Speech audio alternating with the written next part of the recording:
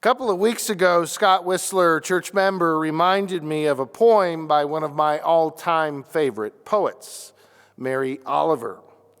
I love Mary Oliver, not the least for her capacity to see, to listen to the world and creation, and in particular nature, but also because she is one of the only poets I know who's written a whole book of poems about dogs. But the poem that is probably my favorite of hers is titled "The Summer Day," and please bear with me as I read it. Who made the world? Who made the swan and the black bear? Who made the grasshopper? This grasshopper, I mean, the one who flung herself out of the grass, the one who was eating sugar out of my hand, who was moving her jaws back and forth instead of up and down, who was gazing around her with her enormous and complicated eyes. Now she lifts her pale forearms and thoroughly washes her face. Now she snags her wings open and floats away.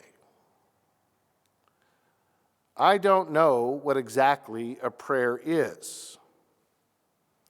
I do know how to pay attention, how to fall down into the grass, how to kneel in the grass, how to be idle and blessed, how to stroll through the fields, which is what I have been doing all day. Tell me, what else should I have done? Doesn't everything die at last and too soon? Tell me, what is it you plan to do with your one wild and precious life? I love this poem for many reasons. The connections to the Creator through creation, seeing the miracle in a tiny grasshopper sitting on the palm of her hand. The definition of prayer is simply paying attention, loving attention to the world around us. The truth, flatly stated, of the finiteness of life and the reality of death. But what I love most about this poem is that simple line at the end: tell me what you plan to do with your one wild and precious life. Tell me what you plan to do with your one wild and precious life. That question haunts me, it challenges me, it unsettles me, it strikes at the very core of my soul. Tell me what it is you plan to do with your one wild and precious life. I think that question is at the heart of our biblical text this morning. I think that is the question being posed by Jesus to those around him as he tells this odd tale of a man going on a journey and calling together his slaves, one of whom he gives 5 talents, the other 2 talents, and the last one a single talent. And when he returns, he calls them together again to settle accounts. And we all are familiar with a story from Sunday school. The one who made 5 more. The one with 2 made 2 more. And the master says to them a great line: "Well done, good and faithful servants. Enter into the joy of your master." But then we come to the slave who had the 1 talent he had buried. And in a harsh condemnation, or rather harsh words, the master calls him a worthless slave, throws him out, we're told, into the outer darkness where there is much weeping and gnashing of teeth. Boy, that's a horrible parable, unfair in its distribution of talents. Why does one slave get 5, another get 2, and only one just gets 1? And what does it mean in the passage when the master says, "For all those who have, more will be given, and they will have abundance.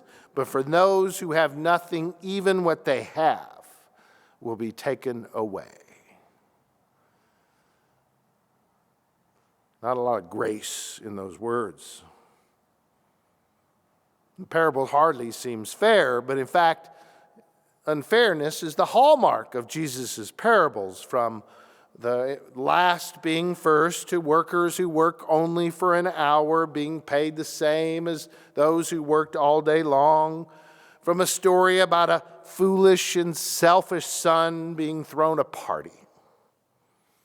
And I think at this point, after these many weeks and months of reading parables, these past few months, we're used to this unfairness of God's kingdom where everything is upside down. But I caution us before we jump to conclusions about the unfairness in this particular parable, we need to understand that a talent isn't simply a coin or a dollar bill. A talent is a unit of measurement. It represents a worth of about 6,000 denarii. And to understand, a single denarii was the usual payment for a day's labor. In other words, a single talent, far more than a coin or a dollar bill, was worth 16 years of labor. 16 years. The point being that for those listening to this story in the first century, they'd hear of one slave receiving 5 talents. Their eyes get huge at that immense amount. So even the slave who gets 1 talent, it's a mind-boggling amount of money they couldn't even imagine. To those listeners, the slave who'd received 1 talent had received far more than could ever be imagined, had been graced with this ridiculous amount of money.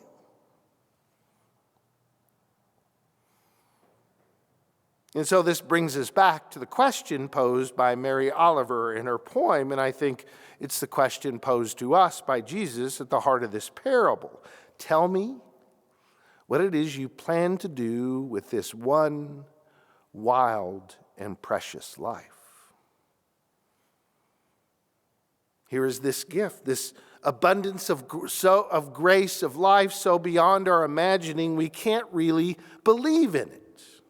And yet our answer to the question becomes the result of our lack of joy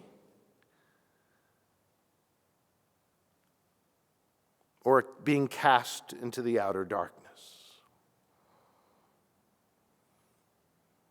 What is our answer to that question? Paul Tillich, a German theologian who fled Nazi Germany and in the 30s and lectured at Yale, wrote a book based on many of those lectures, and he titled the book, The Courage to Be.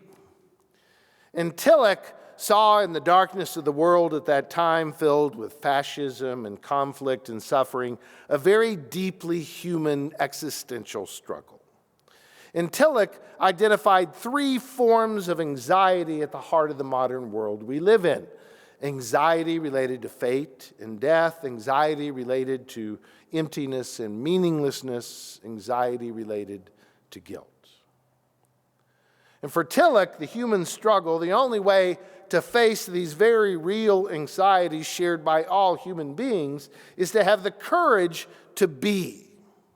The courage to affirm, maybe we could say it, one's wild and precious life in the face of such anxiety.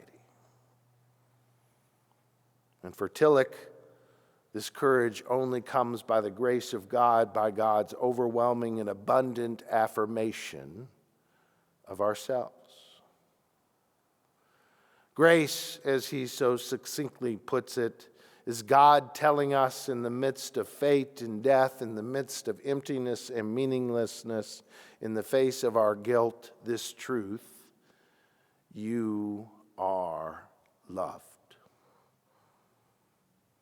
You are accepted.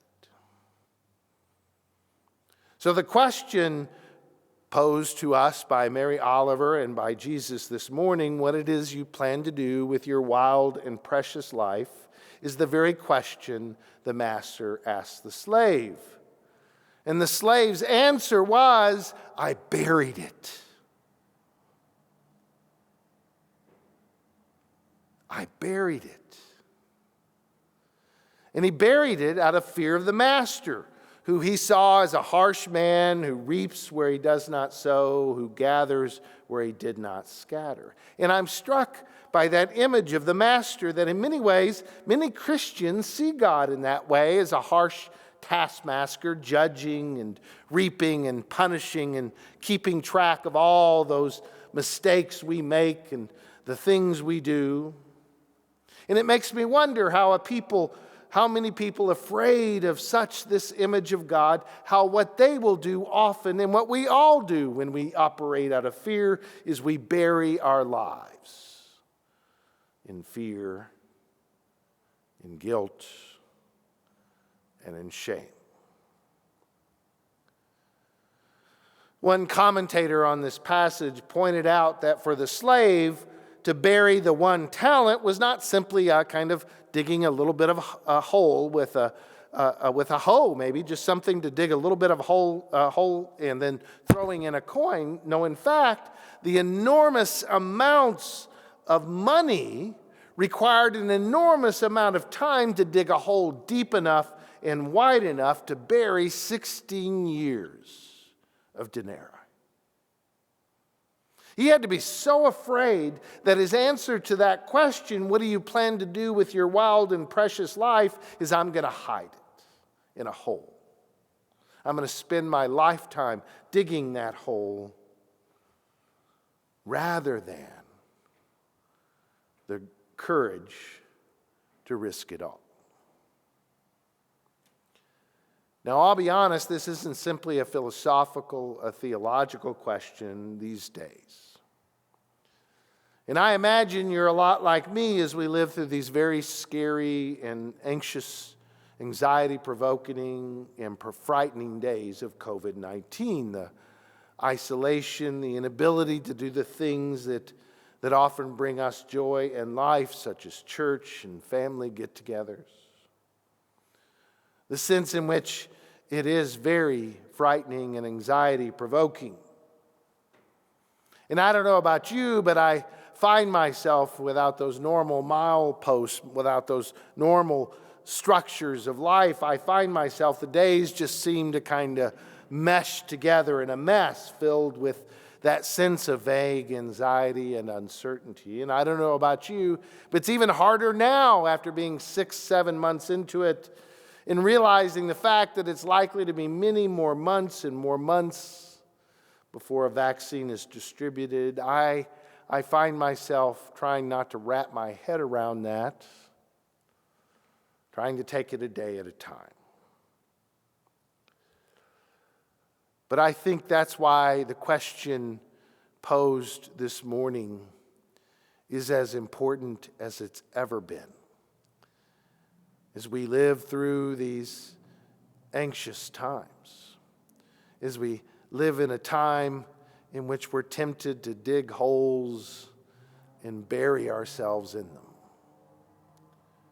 It's a question that asks of us a question we should answer each and every day and should contemplate, a question simply asking, what will you do with this one wild and precious life? To God be the glory this day and forevermore. Amen.